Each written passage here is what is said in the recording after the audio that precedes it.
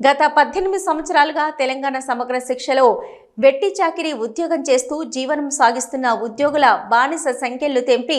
ముఖ్యమంత్రి రేవంత్ రెడ్డి రెగ్యులర్ చేయాలని తెలంగాణ సమగ్ర శిక్ష ఉద్యోగులు సోమవారం చేతులకు సంఖ్యలు వేసుకొని వినూత్న నిరసన వ్యక్తం చేశారు. ఎస్ఎస్సీ ఉద్యోగులు చేస్తున్న నిరవధిక సమ్మె 21 రోజుకు చేరింది. ఈ సందర్భంగా వారు మాట్లాడుతూ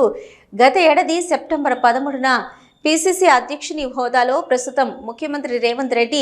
తెలంగాణ సమగ్ర శిక్ష ఉద్యోగులు హనుమకొండలో ఏకశిల పార్క్ వద్ద చేస్తున్న దీక్ష శిబిరాన్ని సందర్శించి కాంగ్రెస్ ప్రభుత్వం రాగానే 100 రోజుల్లో రాష్ట్ర వ్యాప్తంగా ఉన్న సమగ్ర శిక్ష ఉద్యోగుల సమస్యలను పరిష్కరిస్తారని హామీ ఇచ్చారని, సీఎం ఇచ్చిన హామీని వెంటనే అమలు చేయాలని డిమాండ్ చేశారు. సమగ్ర శిక్ష ఉద్యోగుల ప్రధాన డిమాండ్లు ఆయన రెగ్యులరైజేషన్, ఉద్యోగులకు 10 లక్షల హెల్త్ కార్డులు, సమగ్ర శిక్ష మహిళా ఉద్యోగులకు 108 రోజులు వేతనంతో కూడిన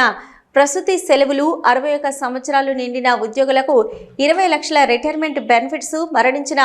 ఉద్యోగ కుటుంబాలకు 15 లక్షలు ఎక్స్గ్రేషియా చెల్లించాలని డిమాండ్ చేశారు. ఈ కార్యక్రమంలో జిల్లా గౌరవ అధ్యక్షులు బెజ్జంకి ఆంజనేయులు, జిల్లా అధ్యక్షులు గుండా రాజరెడ్డి, జిల్లా ప్రధాన కార్యదర్శి మహేష్, జిల్లా ఉపాధ్యక్షులు రమేష్, రవిచంద్ర, శ్రీనివాసు, భరత్, కేజీబీవీ ప్రత్యేక అధికారులు, పీజీసీఆర్టీలు, సిఆర్టీలు, డిపిఓ స్టాఫ్, ఈఈఆర్పీలు, పీఆర్పీలు, ఎంఐఎస్ కోఆర్డినేటర్లు, కంప్యూటర్ ఆపరేటర్లు, పార్ట్ టైం ఇన్స్పెక్టర్లు,